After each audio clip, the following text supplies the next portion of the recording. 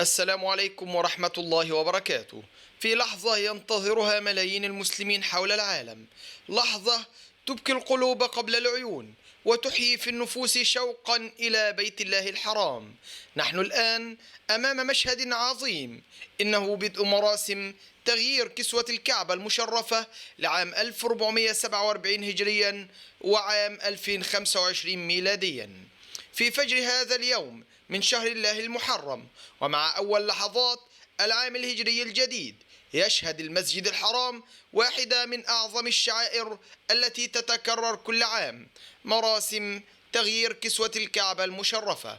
هذه المراسم تجرى وفق ترتيب دقيق، يبدأ بعد صلاة الفجر، حيث يقوم فريق خاص من الرئاسة العامة لشؤون المسجد الحرام والمسجد النبوي الشريف، ومعهم صناع كسوة الكعبة المشرفة بنزع الكسوة القديمة وتثبيت الكسوة الجديدة بكل دقة وإتقان. تصنع الكسوة من أفخم أنواع الحرير الطبيعي المصبوغ باللون الأسود، وتطرز عليها آيات من كتاب الله عز وجل بخيوط من الذهب والفضة، وفي مشغل مخصص بمدينة مكة المكرمة، حيث يعمل عشرات الحرفيين المتخصصين على مدار هذا العام لإنجاز هذه التحفة الإيمانية الفريدة. ويبلغ وزن الكسوة أكثر من 1000 كيلو جرام من الحرير الخالص، وتتكون من 4 جوانب إضافة إلى الستارة التي توضع على باب الكعبة. ما أجمل أن تبدأ السنة الهجرية بكسوة جديدة لأقدس بيت على وجه الأرض، بيت الله الحرام الذي تهفو إليه قلوب المؤمنين من كل بقاع الدنيا.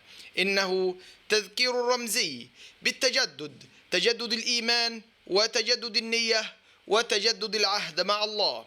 لا تنسى أن تشارك هذا الفيديو مع أحبائك، فربما تكون هذه اللحظات المهيبة سببا في تحريك القلوب نحو زيارة بيت الله الحرام.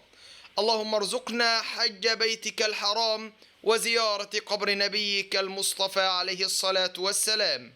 ولا تنسى أن تكتب لنا في التعليقات ما أول شعور انتابك عند مشاهدة هذه المقاطع. صلوا وسلموا على رسول الله صلى الله عليه وسلم.